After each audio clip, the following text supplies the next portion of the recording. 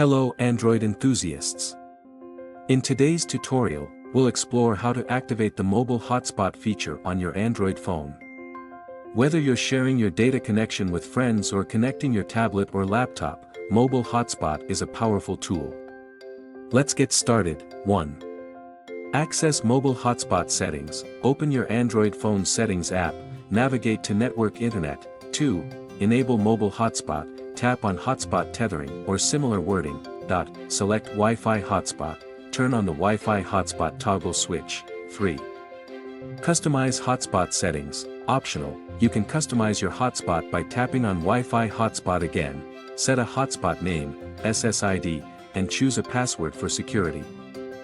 Adjust other settings like data usage limits if needed. 4.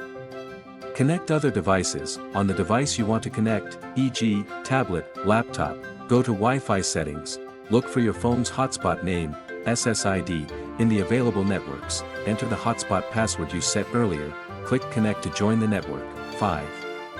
Turn off mobile hotspot. When you're done using the hotspot, go back to your Android phone's hotspot settings, turn off the Wi-Fi hotspot toggle switch. Share this tutorial with your friends who need seamless connectivity.